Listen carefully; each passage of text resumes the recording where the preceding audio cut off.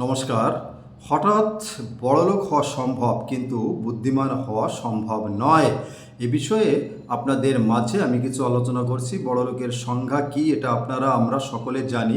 আমাদের দেশে বড়লোক বলতে আমরা সাধারণত বুঝি যাদের অর্থ বেশি, সম্পদ বেশি, টাকা পয়সা বেশি, তাদেরকে আমরা বড়লোক হিসেবে আখ্যায়িত করি। আর ভদ্রলোক বলতে আমরা কী বুঝি? যারা নম্র, সত্য কথা বলে, মানুষের পাশে থাকে, কখনো মিথ্যা কথা বলে না, আচার আচরণ কথাবার্তা সুন্দর, যারা মানুষের উপকার করে, সবসময়ই সৎ পথে চলে, তাদেরকেই সাধারণত আমরা ভদ্রলোক বলে থাকি। আজকে আমার আলোচনার যে বিষয়টি, হঠাৎ বড়লোক হওয়া সম্ভব। আপনি দেখবেন আপনার আশপাশে যে কোনো জায়গায় হঠাৎ অনেকে বড়লোক হয়েছে, তারা কিন্তু বড়লোক ছিল না।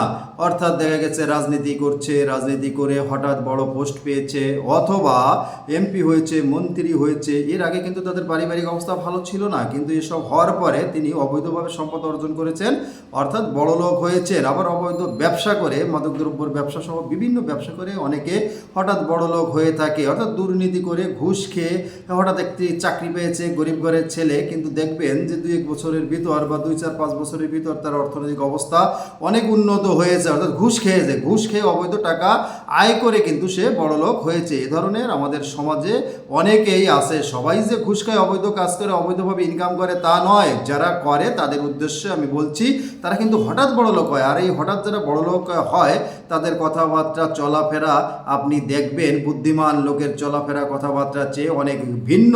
কারণ যারা বুদ্ধিমান লোক, তারা পারিবারিকভাবে সুশিক্ষায় শিক্ষিত হয়ে বড় হয়। তারা পারিবারিকভাবে যে শিক্ষাটা পায়, সেই শিক্ষার মাধ্যমে বুদ্ধিমান হয়। এরপরে সামাজিকভাবে অনেক শিক্ষা পায়, গ্রাম থেকে, ইউনিয়ন থেকে, থানা থেকে, বিভিন্ন পর্যায়ে অভিজ্ঞতা অর্জন করে, স্কুল কলেজ বিশ্ববিদ্যালয় থেকে শিক্ষা পায়, অর্থাৎ সুশিক্ষা অর্জন করে। পারিবারিক শিক্ষার মাধ্যমেই বুদ্ধিমান যিনি, তিনি সেটা কাজে লাগান, অর্থাৎ তার বুদ্ধিমত্তাকে ধরে রাখে। অতএব আমি এখানে আপনাদের এটাই বুঝতে চাচ্ছি, বুদ্ধিমানের জন্য পারিবারিক শিক্ষার কোনো বিকল্প নেই। পরিবার থেকে সুশিক্ষা যারা পেয়ে থাকেন, তারাই সাধারণত বুদ্ধিমান হয়ে থাকেন। ব্যতিক্রম থাকতে পারে, কম বেশি ব্যতিক্রমও আছে।